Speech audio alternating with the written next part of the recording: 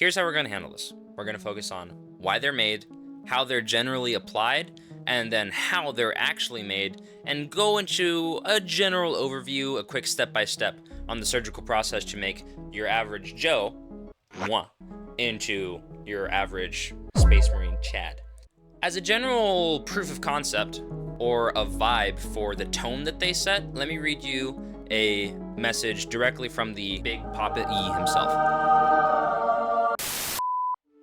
They shall be my finest warriors, these men who give themselves to me. Like clay I shall mold them, and in the furnace of war I shall forge them. They shall be of iron will and steely sinew. In great armor I shall clad them, and with the mightiest weapons shall they be armed. They will be untouched by plague or disease. No sickness shall blight them. They shall have such tactics, strategies, and machines that no foe will best them in battle. They are my bulwark against the terror. They are the defenders of humanity. They are my Space Marines, and they shall know no fear. That's from Big Papa E himself, and I don't know much of a better tone setter than that. So to summarize that statement by the Emperor of Mankind himself, the Space Marines are essentially the superhuman force of the Imperium of Man. They support the Empire's war fronts, and they are the solution to the big bads that normal guardsmen, or the average soldier, as you would know them, basically can't solve.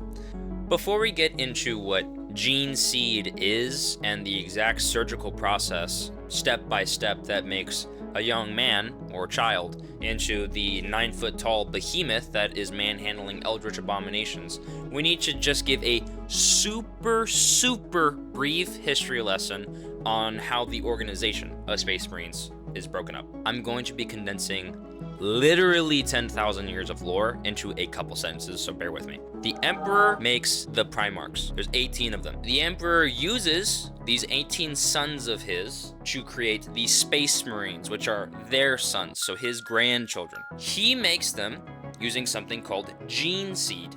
That gene seed is essentially a genetic code that is taken from the Primarch and rubs off some of his abilities, his personality, his swag into the Space Marines, okay? The original groups of Space Marines 10,000 years ago during a thing called the were 18 in number, and then after they got broken up into smaller things called chapters. If I ever mention chapter again, chapters have gene seed that can trace back their lineage to an original legion, which was commanded by a Primarch, and the Primarch was the son of the Emperor. I'm glad we understand. We're not going into it anymore. That's 15 different videos. First, in the process of how they're made, recruitment. Recruitment varies so much between chapter to chapter that there is literally no way that there is a video long enough for me to cover every single chapter's different variation of recruitment. So we're going to keep it very general and just talk about the minimum age, or maximum age, I should say, actually. The maximum age that a young Space Marine aspirant can be is 10 to 14 years old.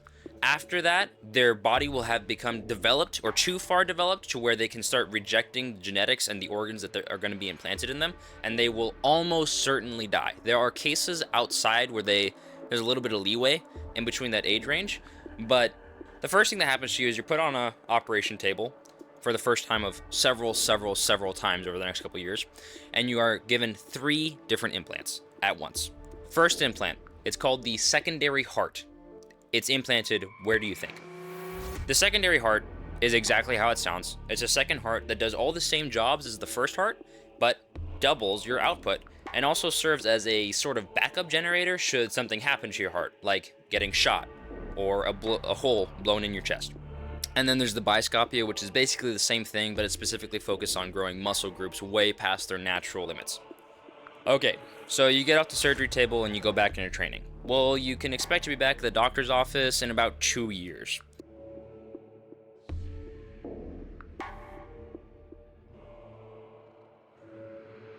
So around 12 to 14, you're going to be implanted 3 organs all in a row again.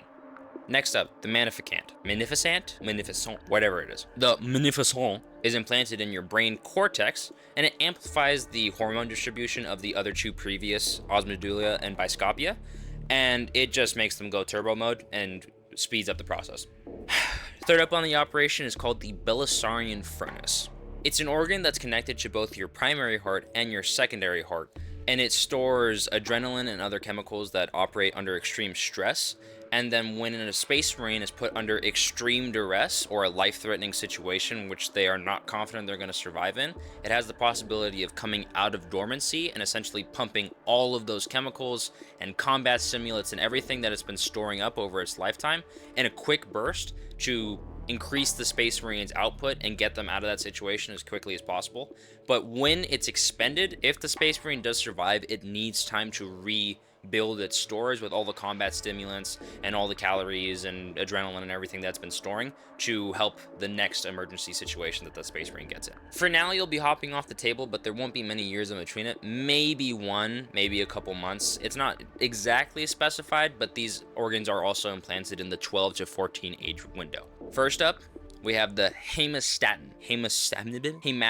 Hemastamin. It's implanted into every single artery in the body and increases the oxygen output and the efficiency in which it is carried throughout the body.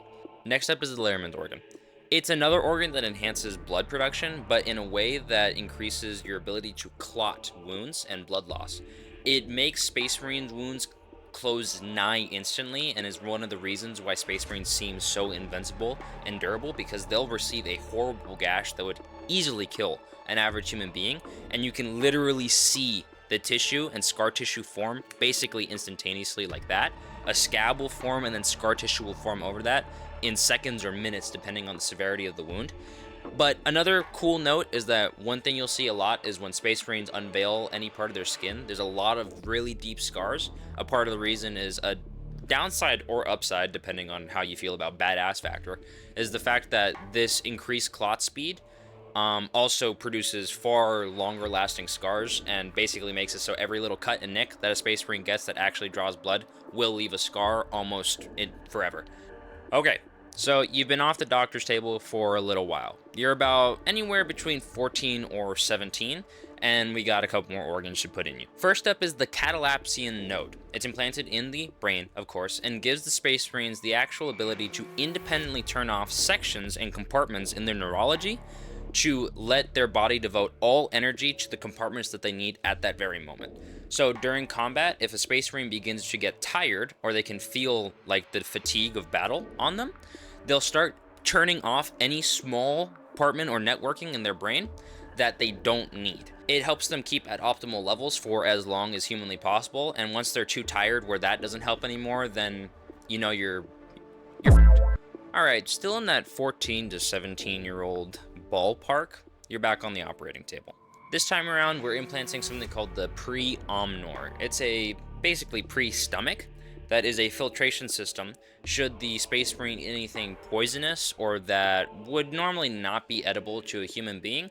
The pre-omnor filters out any of the toxins and redisperses it out through the body to later be hacked up by the Space Marine himself. It also neutralizes a lot of the negative stuff and stuff that isn't edible and turns it edible into the Space Marine, so they can just be like knocking back motor oil and be totally fine and actually think it's a nice soda or something. Next up is the omophagia, which is a kind of odd organ, but it essentially allows the Space Marine to learn by eating. What I mean by that is that it's implanted into the spinal column and connected to the rest of their entire nervous system, and it allows the Space Marine to learn the memories and thoughts of the enemies they eat. Usually in lore, this is they eat the brain, but in a lot of texts it just says flesh or brain, but yeah, that's something, I guess. Next up is the multi-lung. What do you think the multi-lung does? It's a third lung. It's a tad different from the secondary heart in that it can filtrate like poison. It can provide breathing conditions in very difficult to breathe scenarios like ridiculously high altitude or even underwater at times, it's been observed in the lore, but it also serves as a backup generator should any of the other hearts fail due to any injuries or something else. You get a little break before you get the next phases, but we're still in the same age, so there's probably only months depending on the Space Marine chapter and the individual Space Marine and the medics that he has on board at the time that are doing all these processes. But we're up on the table again, and this time we're getting the oculobe. The oculobe is essentially something that's implanted at the base of the brain, and it enhances the growth of the eyeballs, and it allows them to see in low light conditions, and a couple chapters actually are enhanced so much that bright conditions can hurt their eyes and they actually prefer the dark. Just a neat little fact. Next up is the lineman's ear. It's an identical looking human being ear, you know? It actually removes the ability to get dizzy or experience motion sickness. Pretty cool. Okay, here's a really cool one that's coming up next. It's called the Susan membrane, but I like thinking of it as Susan because it has a dash between the SUS and the AN.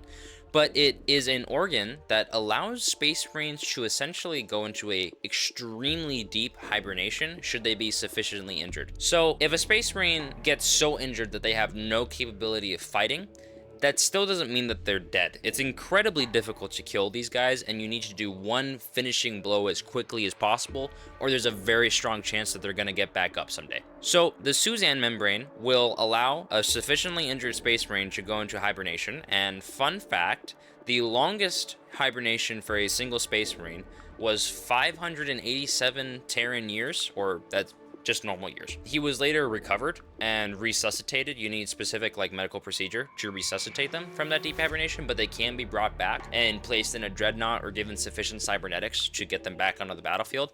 But yeah, pretty cool fact. They can go into hibernation basically indefinitely, but the longer that they're in hibernation, I imagine the harder it is to resuscitate them. All right, lastly in this bunch of phases is the melanomicron. The melanomicron is added to the lymphatic system of the Space Marine's body, and it actually just allows them to change the production of their melanin, which changes the skin tone, or changes their skin tone. And so depending on if they're on a super sunny planet and they need more resistance to the UV rays, their skin will produce more melanin, and then reduce more melanin should they need less resistance. Pretty cool. Some chapters have had this broken, basically, where it overproduces or underproduces, so you get really pale Space Marines or really dark Space Marines. It's pretty cool. Okay, we're making it to the last phases. We just have a couple more organs to shove in your body, and then you might be Sigma enough to become a Space Marine. First up, the oolitic kidney. I don't come up with these names. Why are you looking at me like that? It's implanted in the abdominal cavity, and it allows Space Marines to detoxify rapidly from any poison ingested in any way, whether it be eaten, breathed in, consumed through the skin. They have other organs that are fail-safes for this kind of stuff, but this is the last line of defense against poisonous toxins. And it will rapidly dump them in any way that it needs to. But the thing about this organ is that it can stress out the Space Marine enough to where it can render them unconscious when used, so it's really dangerous to use mid-combat. But outside of combat, in emergency situations, it just regulates the chemical, blood, oxygen, everything. It just regulates the rest of the Space Marine's bodily functions. Next up is the neuroglottis. It is implanted in the nasal passage, and it basically gives Space Marines the ability to, whenever they eat something, just get that little nutritional description behind the thing that you buy from Walmart. You know, they just know all the carbs and proteins in whatever they eat, and it lets them vet whether or not something is actually worth pursuing as a meal or not. It also increases their sense of smell, allowing them to become very efficient trackers. Pretty cool. We're almost there. Just hold in, little Space Marine Timmy. Next, we're going to put in the mucrinoid. Nasty sounding organ. It's implanted in the central nervous system, and it's essentially an organ that, when making contact with a harsh environment or toxic air, or even before going into suspended animation, it allows the Space Marine's pores to secrete a waxy sealant, and it basically coats them in candle wax. Very light film of candle wax, but it seals the pores and helps them not get intoxicated. Then there's the Belcher's gland, which is a really unique Space Marine organ that allows them to store up many of the toxins that they are filtering in previous or later organs that I've mentioned so far, where they literally can spit out acid. It has blinding effects, it can corrode armor, or many of the times just outright kill any being that's not tough enough to withstand corrosive acid being spit directly at them. All the Space Marine organs are pretty interesting, but this is one of the weirder ones, and I think it's pretty cool. There's a couple chapters that have lost their function, like the Imperial Fist, for instance, where their gene seed has degraded to a point where they no longer have a Belcher's gland. Another fun factoid, I guess. Next up is the progenoids. It's implanted in the neck and chest, and it's a pretty interesting and unique organ.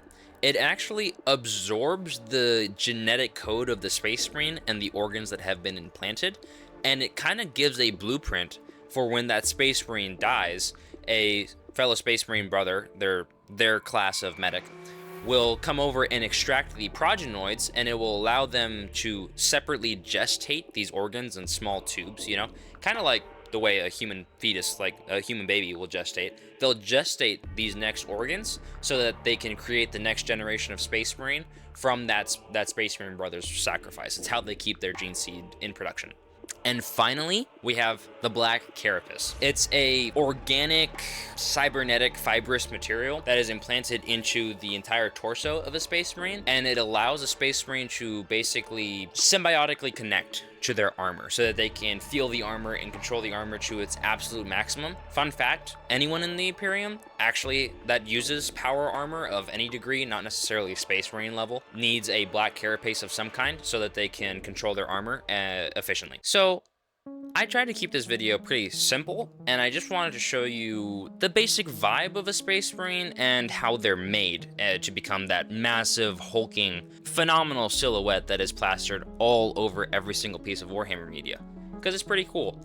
But I'm gonna save organization, ranks, and all that kind of stuff, the real nitty-gritty specifics of Space Marines, for different videos, because it changes so much chapter to chapter, and there's also a lot of nuance in how they split all of that up, and I think it would make this video just run a little too long. I'm trying to keep this nice and basic for the noobs, okay? Because I remember when I was in your shoes. But for basic rundowns, they have military rankings just like sergeant, lieutenants, captains, and then stuff like chapter masters, which head the entire chapter, and reclusiarchs, which are the head of their priesthood, and then apothecaries, which are their medics. And then they also have like pretty cool, unique squadrons or like Space Marine types, like Terminators being one of the most iconic, heavy intercessors, Outriders, they ride bikes, pretty cool. They have Tech Marines, they have an arm, like in all the art, they have like a mechanical arm that comes over the back, and they have like an axe made out of a cog. It's cool, okay? They like machines, they do an ooga booga dance and it fixes itself. It's pretty cool. So that's how Space Marines are basically made, and the general purpose that they serve. I didn't want to go into too many details, and if you want more details, let me know down in the comments below after you subscribe and like the video, obviously. And I'll make all the videos that you could possibly want, but I want to keep it nice, basic, sweet, simple, because every YouTuber and their mom has made a video on this subject, and I just want to keep this nice and authentic and just be a little guiding step, the first foot through the door, if you will, for the noobs and people who don't know about the lore yet, because Warhammer is freaking awesome. And if you love it and if you're interested in more, make sure to do all the YouTube pleasantries. Thanks for joining.